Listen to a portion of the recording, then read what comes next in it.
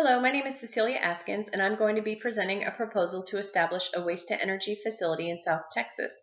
This presentation is part one of an assignment for environmental management, a course that I am taking at American Public University. Energy recovery from waste, or waste-to-energy, as defined by the EPA, is conversion of non-recyclable waste materials into electricity or heat through a variety of processes. This can be conducted in many ways, including landfill gas capture of methane, which has already been implemented at a portion of the landfills in Texas. The method proposed for this facility will be incineration. What is waste-to-energy via incineration?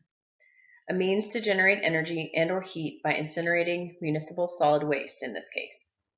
Municipal solid waste is defined by the Texas Commission on Environmental Quality as waste that results from municipal, commercial, community, institutional, and recreational activities and can be a liquid or solid, usually non-hazardous and non-industrial.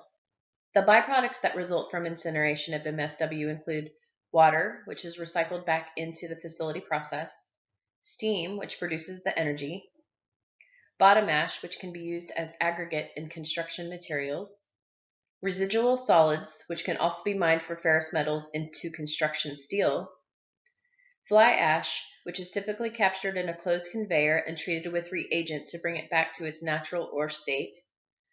Then the remaining waste ash is landfilled. Water vapor is also emitted through the stack. The emissions are tested and submitted to regulatory agencies. The United States Energy Information Administration estimates that waste-to-energy via incineration can reduce the volume of MSW to be landfilled by approximately 87%.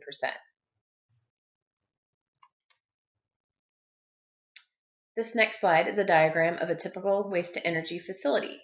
It was provided by Marion County, Oregon. The current geographic location chosen for the proposed site is located in Needville, Texas. The plot is 78 acres and it sits at 77 to 80 foot of elevation. The plot is cleared and is currently being used for agricultural purposes. There are no zoning restrictions.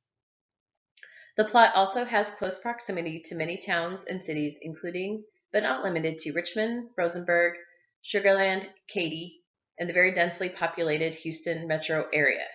It is also less than 5 miles from a major highway. Historically, the plot of land and surrounding area has been used for farming. The soil types in this region are vertisol and mollisols. This next slide is an aerial image provided by Google Earth. The plot is outlined, and the area around the plot is remote and primarily used for farming. The next slide is a FEMA flood map. The plot of land is located in Zone X, which is an area of minimal flood hazard. The property is currently cleared of woodlands and does not contain any wetlands or grasslands, both which are common in this region. Wildlife within this region consists of white-tailed deer, gray fox, bobcats, armadillo, migratory birds, raccoons, and squirrels. The region is home to wetland areas that host birds such as herons, egrets, ibis, grebes, woodpecker, least bitterns, mallards, purple gallinules, and anhinga, to name a few. American alligators also exist in this region. This land is likely free of most of these wildlife as it has been cleared for agricultural purposes, and therefore the wildlife and vegetation that exists is not typical of the grasslands, woodlands, and wetlands found in this region. The potential policy concerns for such implementation are as follows. Public opposition. This is due to the commercial and industrial activity that already exists in the region. The citizens could be sensitive concerns such as odors, which are typical with management of municipal solid waste, air emissions and air quality. Noise and traffic are also likely a concern. Startup and long-term operating costs may also be a policy concern. This region has a preference towards landfilling due to low cost of land and low cost of landfill application. Also, there may be concern that recycling measures will not improve with the facility's inception. Slides 10 and 11 are a list of the references used to create this presentation. Thank you for your time.